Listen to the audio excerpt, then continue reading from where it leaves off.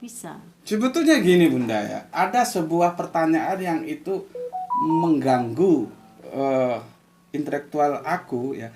Itu bahwa Yahudi itu memang khusus untuk orang Israel, itu memang Allah yang bilang, YHWH yang bilang, atau klaim mereka. Karena gini, konsep dasarnya dinullah itu agama dakwah loh. Ya. Itu konsep dasarnya dinullah itu agama bukan agama membangun ke dalam. Ya. Kok tiba-tiba Yahudi itu membangun ke dalam? Nah, itu benar perintah dari Allah, ini Yahudi hanya untuk kamu, atau itu klaim mereka dan itu menjadi egosentris mereka. Nah, itu sebetulnya aku maunya ke sana ujungnya tanyanya. Itu bagaimana Ini menurut kalau Al-Quran kan mengatakan keadaan kami turunkan Taurat untuk Bani Israel. Betul kan? Ya. Nah, jadi perintah Taurat bisa aja untuk Bani Israel, tetapi mereka juga tadi mengenalkan Tuhan mereka. Lah, jangan ya sih. Bisa sebentar. Bisa saja begini. Ya, Pak, ya, Pak. Lanjut aja. Bisa saja begini, ya. Konteksnya saat itu memang yang diajak bicara orang Israel. Makanya aku turunkan Taurat untuk Bani Israel. Karena konteksnya gitu loh. Konteks ayat itu berkenaan dengan Bisa tempus delictinya di gitu loh. situ. Gitu loh. Sekarang monggo. Tapi kan Quran untuk Ingat loh. Fir'aun suruh mendatangi Musa, suruh menjelaskan apa? Tuhan mereka. Engkau sudah didisi saja nih katanya merono. Tadi saya juga mau menerangkan itu. Musa Iya. juga diminta Allah untuk menjelaskan Tuhan mereka, gitu kan. Ya, gini Bunda. Ini ke penonton di rumah ya. Kalau penonton cerdik ya, sudah tahu kemana arah diskusi ini mau Gus Putih giring ya. Artinya begini, kan aku tadi mengganggu ketenangan intelektualku. Makanya aku tanya kepada Bunda Etika, pakar Yahudi itu khusus untuk bangsa Israel itu pernyataan Gusti Allah atau klaim mereka. Karena kalau klaim mereka itu dibantah dengan, tapi yang bantah Al-Quran ya. Iya, Faktanya Musa, kanjeng Nabi Musa diperintahkan berdakwah kepada yang Bani Israel. yang waktu itu non Yahudi, Non-Yahudi. yang Di antaranya Fir'aun. Fir'aun. Nah, dan istri Fir'aun menerima dakwah itu. menerima dakwah itu. Makanya Gus Beti itu dalam posisi yang menolak kalau bilang Nabi dulu hanya untuk kaumnya gitu. Enggak, semua di Nullah itu universal. Kalau gue bilang loh ya. Jadi enggak hanya untuk kaumnya. Buktinya terbantahkan dengan yang notabene Yahudi, kanjeng Nabi Musa diperintahkan dakwah untuk yang Jipti. Kan beda. Tapi banyak ayat-ayat yang mengatakan seperti gini, walaqad arsalna nuha liqaumi. di kaumi. Ya kaumi pasti. Ya qaumi. Nabi Syuaib juga ya kaumi. Nabi- Ya kaumi. Ya, itu Kecuali Isa. Jadi kayak di dalam surat Al-Baqarah itu Nabi Musa juga menerangkan kepada kaumnya, ya qaumi innakum dhalamtum anfusakum bittiqatikumul ijl fatubu ila bari'ikum faqtulu anfusakum dzalikum khairul lakum. Jadi memang ada nabi-nabi itu dikirim untuk kaumnya. Tapi kalau Tidak ada kewajiban Nabi- kaum mungkin bangsa lain yang Nah, tidak kewajiban. tapi kalau kita ngomong tentang Nabi Muhammad, Ya. rahmatan lil alamin untuk semua alam. Terus bagaimana menjelaskan faktanya kanjeng Nabi Musa yang notabene Israel Ya. itu diperintahkan dakwah kepada Fir'aun yang Jipti loh. Karena kan dia ditindas. Artinya kan panjenengan harus merubah Ini tadi. kerangka berpikir kaum itu apa. Gini. Yang dimaksud terminologi kaum itu apa kan itu harus Karena dijelaskan. dia sudah jelas tidak bisa menjangkau kalangan di luar itu, Di luar itu maksudnya. di luar kaumnya. Bagaimana dia akan menjangkau? Lah buktinya apa? Fir'aun itu kan jelas makanya sekarang panjenengan tugasnya mendekonstruksi kaum itu apa. Itu nanti akan menjadi constraint diskusi kita.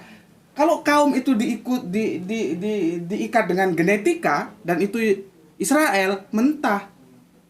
Karena jelas Fir'aun genetikanya bukan Israel, itu loh yang maksud. Dan bahkan Israel kanjeng Nabi Musa diperintahkan langsung untuk mendakwai. Mendakwai itu loh. Makanya saya tidak salahkan panjenengan, tapi tugas Cakmat harus mendekonstruksi ulang kaum iku apa gitu. Karena kalau kaum diikat genetika mentah dia. Oke, Coba kita kembali ke topik aja. Oke. Agak nyebal nih mau. Loh, enggak nyebar betul. karena kan nanti terus ke surga kan. Ya. Ke surga. Oke. Terus Kalau dalam konteks Yudaisme memang bisa keluar kaumnya. Dalam konteks Yudaisme sekarang yang diajarkan Rabbi adalah semua yang orang non Yahudi yang tidak punya darah Yahudi itu mereka menjadi Bnei Noah.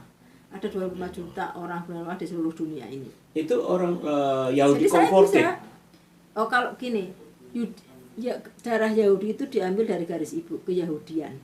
Ya, oke. jadi misalnya Ahmad Dhani itu kan ibunya seorang Yahudi, dia seorang Yahudi. Ya kan, seperti Marini artis itu kan juga seorang Yahudi karena ibunya seorang Yahudi. Jadi darah keyahudian itu diambil dari garis ibu, tapi dia menjadi suku apa dari garis ayah. Maksud ya? Maksud enggak? Jadi kalau dia tidak punya garis ayah sebagai seorang Yahudi, dia tidak bisa menjadi Lewi dong, suku Lewi menjadi imam misalnya kan. Oke. Nah, jadi garis Tentang Yahudi itu tentang keturunannya. Jadi maksudnya untuk menjabat sebagai imam itu harus mempunyai 2 syarat. Selain dari suku secara garis bapak, juga keagamaan dari ibu. ya kalau dulu memang semua harus, tapi sekarang ada beberapa perbedaan kalau yang saya baca ya. Tetapi umumnya begini, yang penting garis ayah itu adalah dari apa? Salah satu. Jadi gini, garis identitas suatu bangsa seperti pada bilangan 118 itu ditentukan dari garis ayah. Kamu itu suku apa? Patriark kamu lah. Ya patriark. Sama dengan di Indonesia lah Gus Dur Abdurrahman Wahid bin Wahid Hasim bin Hasim Asy'ari.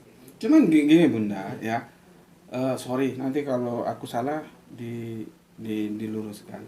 Kalau aku membaca penjelasan Bunda itu menjelaskan Yahudi yang sudah ada perubahan berpikir. Gitu loh. Yang saat sekarang memang Bnei Noah itu memang ada sekarang. Yang Gus Betik mau itu originalnya itu seperti apa? Bisa nggak orang di luar Yahudi itu masuk Istilah surga? Bnei Noah itu apa ada dalam kitab tanah Nggak atau bukan? Artinya begini, mungkin ada kata Bnei Noah itu, Ya. tapi apakah difahami seperti sekarang ini bahwa Bnei Noah ini adalah converted dari bangsa agama lain, umpamanya ada orang agama apa gitu kemudian masuk ke agama Yahudi. Teman-teman di Indonesia ada kok beberapa yang ikut kajian saya itu mereka Bnei Noah. Jadi mereka Yahudi. Banyak teman-teman di Jakarta. Jadi mereka itu Yudaism, tapi mereka tidak melaksanakan Mitzvot 613 karena mereka tidak diperintah, hanya untuk bangsa Israel. Hai anak-anak Yakub, hai anak-anak Harun, kan pasti punya ayatnya begitu. Jelas sekali hai anak-anak Israel kan begitu. Jadi Tapi kan itu bisa aku bantah. Ya karena pada waktu itu konteksnya yang diajak ngomong anak Israel. dan itu makanya ada Bnei Noah kalau yang sekarang. Kalau yang dulu misalnya kan tidak digambarkan juga, misalnya Nabi Ibrahim kan belum ada Israel. Waktu itu semua harus sunat, yang ikut Abraham semua harus sunat ya. Tapi waktu itu kan belum ada ajaran belum ada Bani Israel kan. Bani Israel kan muncul karena Nabi Ishak punya anak Nabi Yakub. Berarti Kanjeng Nabi Ibrahim atau Bapak Abraham itu bukan Yahudi ya? Bukan Yahudi. Bukan Yahudi. Karena dia kan masih ada di atasnya, dia bapaknya orang Yahudi ya. Tapi Bapaknya orang Arab iya. Bukan Yahudi. Ismail, bukan Yahudi. Oke, sekali lagi tolong yang tegas Bu jawabnya. Soalnya saya nggak berani juga tegas karena kan Oh iya iya. tentang iya. saya Oke. takut saya salah. Oke, terima kasih. Bagus. Tapi setidaknya kita sudah dapat ilmu yang sangat menarik dari Bunda kita, Bunda Etika ya, dan saya yang salah. Kecuali saya ngomong langsung dengan Om Tovia Singer. Dia lebih punya otoritas kan. Ya. Bunda ini Kalau orangnya sangat hati-hati. Gitu. Hati-hati kan sampaikan Rabi begitu. Pokoknya yang dosanya banyak ya dia akan lama di Gehinom gitu aja. Kalau yang sedikit ya dia paling 2 tahun dia bisa masuk ke Taman Eden. Oke, ini selanjutnya Dr. Suryadi atau Ustadz Ahmad? Lanjut terus. Saya nanti giliran Oke, nanti belum oke. giliran. Gini, Pak Dokter kita ya, jenengan sudah dengar langsung penjelasan dari Bunda kita ya. Ya. Nah, pertanyaan yang sama. Kalau jenengan itu tak lihat kerangka berpikirnya kalau kita di studi Alkitab di kampus itu ya, itu namanya abrogasi atau nasak mansuk. Artinya yang kemudian itu menggantikan dan melanjutkan yang lalu. Jadi bukan benang merahnya putus. Sama, ketika panjenengan misalkan pada waktu itu hidup di zaman Kanjeng Nabi Isa, jenengan akan beragama atau menjadi Nasrani? Ya Nasrani. Wah, berarti pemikirannya linier. Jadi enggak berdualisme seperti yang tadi. Nasrani ya? Iya. Kalau jenengan hidup di zaman Kanjeng Nabi Musa, Ya ikut Musa. Yahudi. Iya. Bisa nggak aku simpulkan? Sebetulnya kita itu kalau memilih agama, ya kalau yang punya waktu seperti kita, ada kemampuan, sementara orang kan kemampuannya tidak sama ya. Harus mencari lewat diskusi, lewat perenungan, lewat buka kitab, kan itu ribet. Ya. Terus bagaimana kok misalkan ada orang gampang-gampang ngomong, saya ikut Nabi Muhammad aja lah. Loh, kenapa? Ya karena sekarang zamannya Kanjeng Nabi Muhammad. Komentar panjenengan? Jadi dia nggak mau ribet. Pakai kerangka berpikir yang jenengan sampaikan tadi. Kenapa kalian masuk Islam? Ya karena saya sekarang hidup di zaman Kanjeng Nabi Muhammad, bukan berarti Nabi Muhammad hidup terus, bukan begitu ya. Tapi ajaran yang paripurna kan Islam gitu. Terus dia nggak mau berpikir ribet, jawabnya begitu. Menurut panjenengan mohon dikomentari gimana? Saya kira itu sah-sah saja dan saya tidak menganggap itu sebagai jawaban yang sederhana. Kenapa? Tidak. Kenapa? Karena dibalik ketika ini zamannya Nabi Muhammad, saya ikut Nabi Muhammad. Ketika dia mengatakan ini zamannya Nabi Muhammad, dia pasti mempelajari bahwa sebelumnya ada zaman yang lain. Oh, subhanallah. Ngomong sama dokter memang harus hati-hati. Tadi aku belum mau ngomong, dokternya sudah ngomong. Memang aku sudah mau membawa ke bagaimana. Apakah, tapi mungkin nanti Bunda bisa ditanyakan ya kalau ketemu. Pernyataan Yudaisme itu bahwa Yahudi itu memang untuk mereka saja atau untuk semua makhluk. Untuk mereka, jadi yang boleh convert 100% ke Judaism, ya yang punya tadi garis dari ibu minimal itu.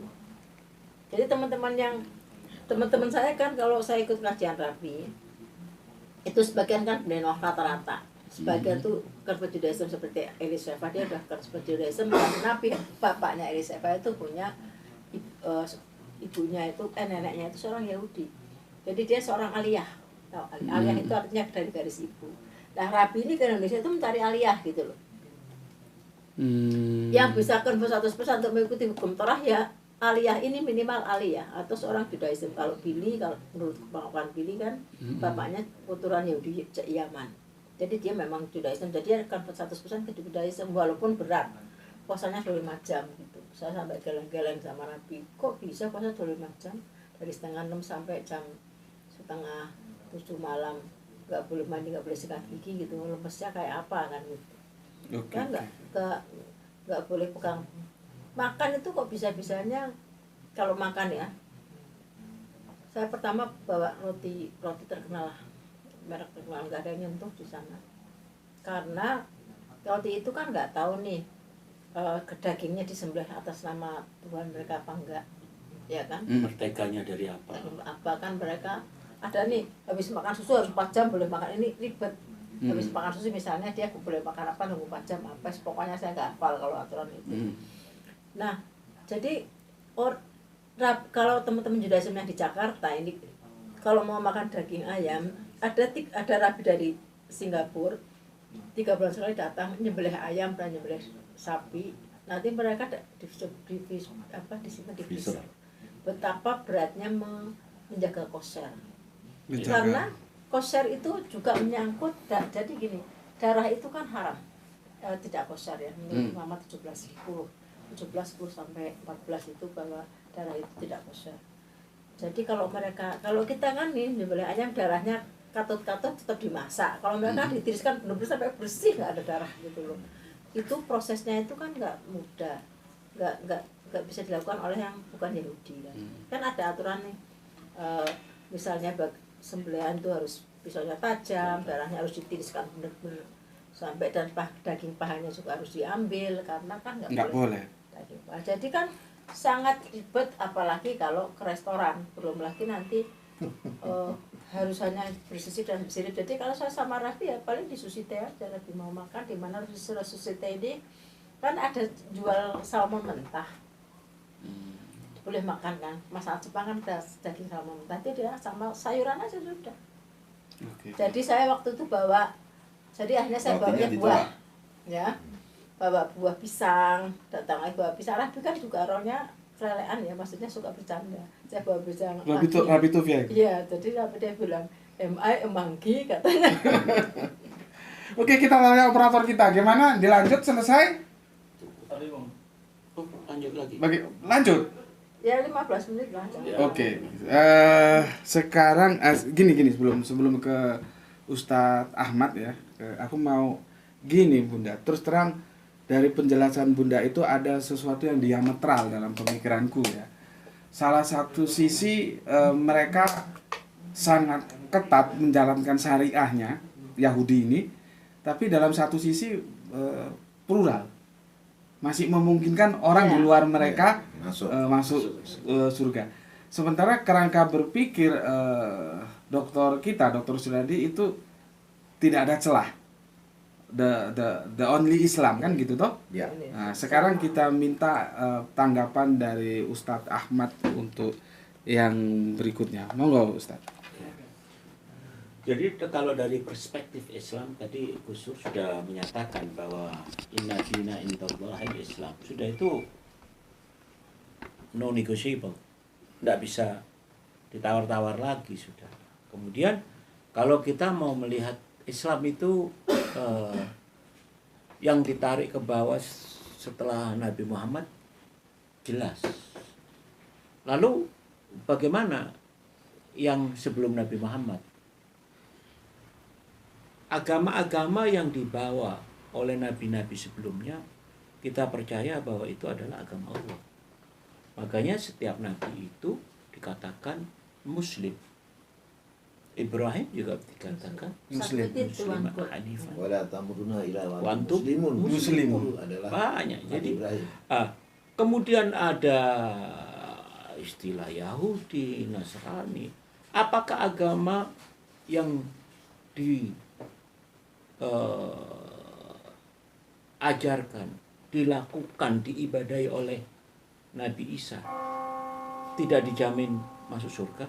Masuk surga. Yang begitu. Mereka nabi-nabi ini Muslim. mengajarkan agama-agama Allah.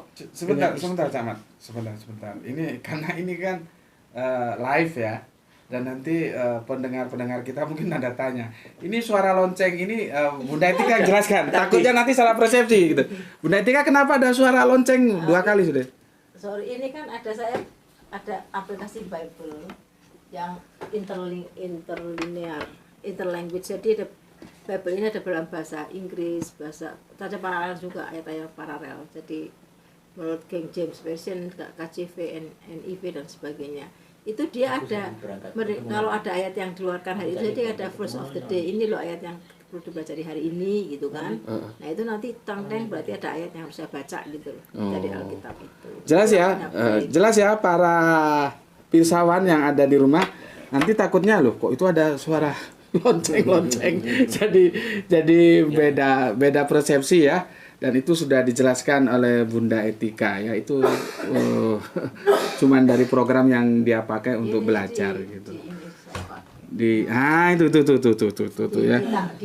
Di tablet gitu ya. Oke, clear ya. Aku takut sebagai seorang kristolog itu, tiap hari ya belajarnya kristolog gitu. Nah, loncengnya itu sebagai tandanya gitu ya. Jadi Bible ini kan dia biasanya kan istilahnya agama dakwah juga seperti Islam. Kalau Yahudi kan nggak terlalu penting. Yang penting untuk Bani Israel. Nah, dia akan mengingatkan ayat yang hari ini akan dimunculkan, misalnya Mazmur berapa, nanti saya harus baca seperti iya. Oke, clear ya. Jangan gue takutnya nanti lu semua di rumah salah paham. Wah, itu kok sudah ada suara-suara lonceng gitu. Oke, untuk Ustaz Ahmad monggo dilanjutkan yang tadi. Jadi nabi-nabi terdahulu itu adalah membawa agama Allah, dan tentu umat-umat yang mengikuti nabi-nabi terdahulu juga akan dijamin masuk surga selama mereka taat dan patuh. Makanya setiap nabi itu dikatakan muslim, karena muslim itu adalah sifat taat dan patuh pada agama. Kemudian ada istilah agama Yahudi selama itu. Sebentar, Pak Man. Ini sekarang jadi masalah. Ya, jadi masalah. Cak Mat jawab singkat saja. Iya atau tidak, gitu ya. Jawaban ya atau tidak ini tidak dikasih kesempatan untuk menjelaskan. Enggak, nanti aku kasih. Ya. Sebentar untuk awal dulu. Karena sekarang jadi masalah. Dan itu menjadi polemik di tengah-tengah kita. Karena yang berbicara juga pakar yang sudah tokoh ya, tokoh ulama, dan itu dikomentari oleh Rabi Yahudi. Gitu loh. Pertanyaannya apa? Gini, Cak. Semua nabi itu muslim, ya? Ya atau tidak? Semua nabi muslim. Ya. Semua nabi punya agama namanya Islam. Iya atau tidak? Nanti di sini nanti dulu. Jadi Anda harus bisa membedakan. Oh, Anda harus kenal nabi, Pak. Ya. Gus, berarti Muslim itu artinya apa? Islam itu artinya apa dan konteksnya kemana? Kalau Muslim artinya tunduk dan patuh. Diartikan dengan itu oke. Sementara kalau Islam, orangnya juga Muslim, tunduk dan patuh. Tapi kalau Islamnya itu dikontekkan kepada nama agama, maka tidak related dong. Agama yang dibawa Nabi Muhammad.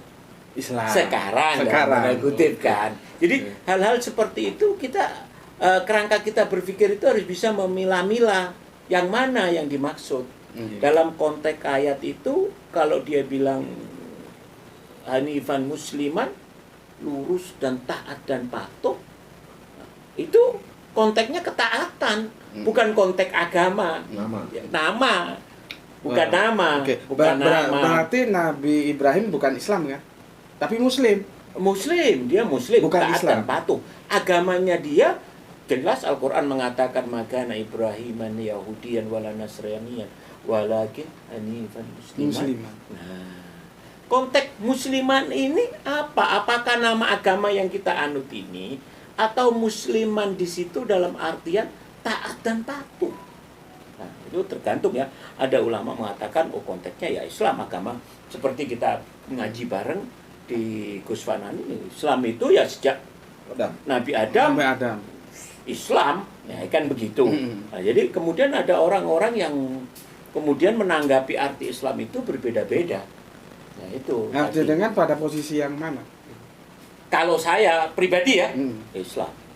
Jadi Nabi artinya agama bukan nama ya? Enggak, yang saya bilang nama. Nama kan baru itu. Iya, ada Rasulullah. Makanya kalau konteksnya nama. Iya, makanya. Tapi kan ini konteksnya kita ajaran. Kan begini, aku jelaskan dulu ya. Muslim itu kan nilai. Yahudi, Nasrani, Islam itu nama. Karena orang nggak paham bisa kacau. Pertanyaan saya cukup jawab iya atau tidak. Nabi Ibrahim punya agama namanya Islam, iya atau tidak? Nama ya. Nama? Iya. Tidak. Tapi Nabi Ibrahim itu Muslim. Muslim, yes. Iya. Oke. Nabi Musa punya agama namanya Islam, iya atau tidak? Tidak. Tapi Nabi Musa itu Muslim. Yes. Nabi Isa punya agama namanya Islam, iya atau tidak? Tidak. Tapi dia Muslim. Ya. Kanjeng Nabi Muhammad punya agama namanya Islam. Yes. Dia Muslim. Yes. Berarti pada kurun waktu setelah era Kanjeng Nabi Muhammad, ini kan harus kita pilih waktunya. Tempo sedikitnya beda-beda. Muslim otomatis Islam itu di era Kanjeng Nabi Muhammad. Gitu ya? Yes. Oke, ngobrol soal. Jadi gini, saya pernah Oke. Nabi pernah tanya ke saya, what is the meaning of Muslim etika gitu kan? Ini ada yang komen pada saya kecil kan. Saya bilang gini, Muslim is submitted to only one God. Saya bilang itu. Jadi orang yang berserah pada Tuhan yang Maha Tunggal. So I'm Muslim. Jadi Rabi juga bilang, so I'm a Muslim. Saya juga seorang Muslim kalau begitu. Iya. Jadi dia mengakui saya seorang Muslim. Jadi Muslim itu artinya percaya kepada Tuhan yang ahad, yang ahad gitu dia aja. tunduk dan patuh. Dia tidak patuh, submitted. Jadi dia hanya tunduk hanya satu, bahasa Inggrisnya kan submitted to only one God. Dan waktu saya terangkan begitu ya Nabi langsung ngomong, so I'm a Muslim. Jadi saya juga seorang Muslim kalau begitu. Iya betul. Jadi membenarkan juga bahwa Muslim itu adalah artinya siapapun yang tunduk dan patuh kepada Tuhan yang ahad, Tuhan yang satu, betul. submitted. Kemudian semua nabi kan memang Allah mengatakan Muslim. Hanya jadi kadang-kadang orang Islam, semua nabi itu Islam. Kapan Islam muncul? Kan dalam debat suka kayak gitu ya. Karena mungkin harusnya disebutkan semua nabi Muslim. Dan itu karena artinya Muslim adalah ini gitu. Jadi banyak yang tidak salah paham, karena itu memang untuk masih jadi debater, baik itu debater Kristen, Islam ya, terutama yang sering debat ini harus mempunyai wawasan dulu. Jadi tidak asal ngomong begitu saja. Jadi harus banyak belajar supaya komennya itu lebih berbobot gitu. Oke. Closingnya ini. Tulane kurang utuh. Ayo sekalian closing. Gus Sur ini sudah penasaran dari body language-nya. Aku mau tanya gini, Gus Sur. Moderatornya kepinteran yang ini. Sekarang nih, bukan lalu, timingnya sekarang. Bisa nggak orang di luar Islam itu disebut Muslim? Kalau sekali lagi konteksnya adalah sikap tunduk patuh kepada Tuhan yang satu, saya setuju dengan Bu Etika tadi. Dia Muslim? Ya. Walaupun bukan Islam? Ya. Terus bagaimana? Kalau kita bicara konteksnya adalah Muslim sebagai definisi operasional, sebagai seseorang yang tunduk patuh taat kepada Tuhan yang satu. Kalau konteksnya itu. Tapi kalau lalu konteksnya adalah hari ini, bahwa yang disebut agama hari ini adalah Islam, maka Muslim itu dinisbahkan kepada orang yang beragama Islam, yang bersikap tunduk patuh kepada ajarannya. Oke, berarti kan di luar Islam bukan Muslim. Ya, kalau dalam untuk konteks sekarang. Ya, karena kan bagaimana ini, karena ini penggemar gue sebut ini kritis nanti. Gue salah ngomong, lu bilang gue sesat lagi. Sudah ini live ini. Nggak apa-apa, kita biasa saja. Jadi gini, Gus. Sampai ngomong apa lagi aku. Jadi gini, Gus ya. Yang aku lihat sih dari penjenengan itu kerangka berpikirnya itu nggak ambigu. Kalau kami orang Ishak bilangnya linear gitu loh. Nggak tauhid. Begitu ya. Berpikiran juga tauhid. Oke. Jadi karena begini, Gus, bagaimana mau dikatakan dia Muslim sedangkan Muslim itu tunduk patuh ketika Kanjeng Nabi mengatakan kan dalam hadis Abu Ya'la kan begini. Seandainya Musa masih hidup, dia harus tunduk terhadap syariat yang aku bawa. Sedangkan dia tidak mau berislam, berarti kan tidak bisa dikatakan Muslim lagi. Setuju di itu? Loh, kalau dikenakan pada Kanjeng Nabi Musa, terus Kanjeng Nabi Musa lalu dibawa kepada konteks sekarang ya mesti konsekuensinya harus Muslim dan harus Islam. Top, oke. Mantap, dokter ini memang kalau giringnya harus hati-hati, kalau enggak berkelit dia.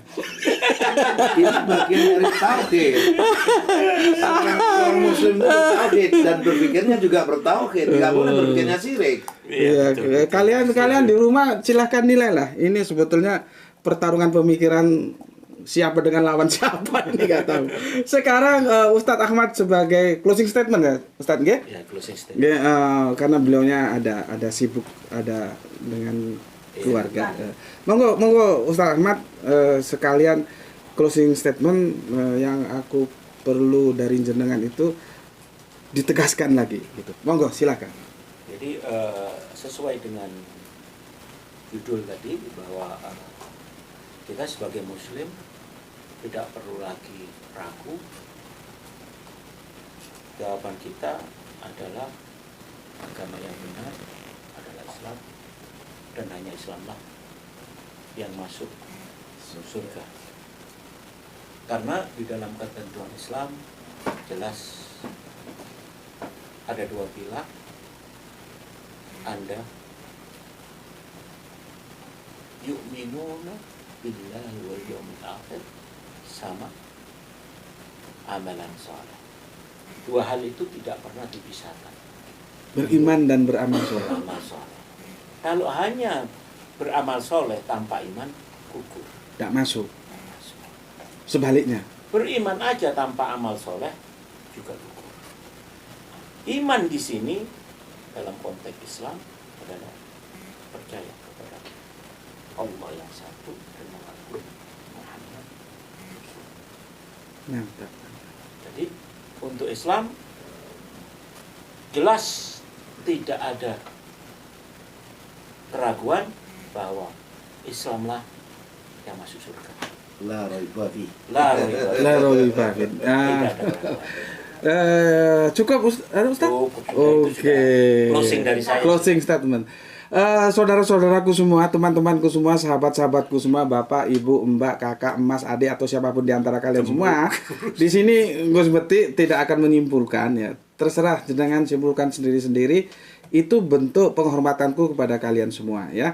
Ini yang ngomong orang-orang pintar semua ini ya. Jadi jenengan juga harus sedikit mengekspan kecerdasan bagaimana menangkap pesan-pesan yang disampaikan oleh 3 narasumber yang aku datangkan ini ya. Malam aku bajak ini, seharusnya mereka bersama keluarga akhir pekan tapi tak bajak untuk kita diskusi dong itu apa, santai saja diskusinya begitu. Oke, selamat untuk kalian semuanya dan silahkan menyimpulkan, tulis di kolom komentar menurut penjenengan seperti apa gitu ya. Oke, Gus Bekti, kalau ada salah kata salah ucap ya mohon dipersori lah karena memang ya tidak terlalu serius acara ini ya. Itu dari aku, bismillahirrahmanirrahim. Alhamdulillahirabbil alamin.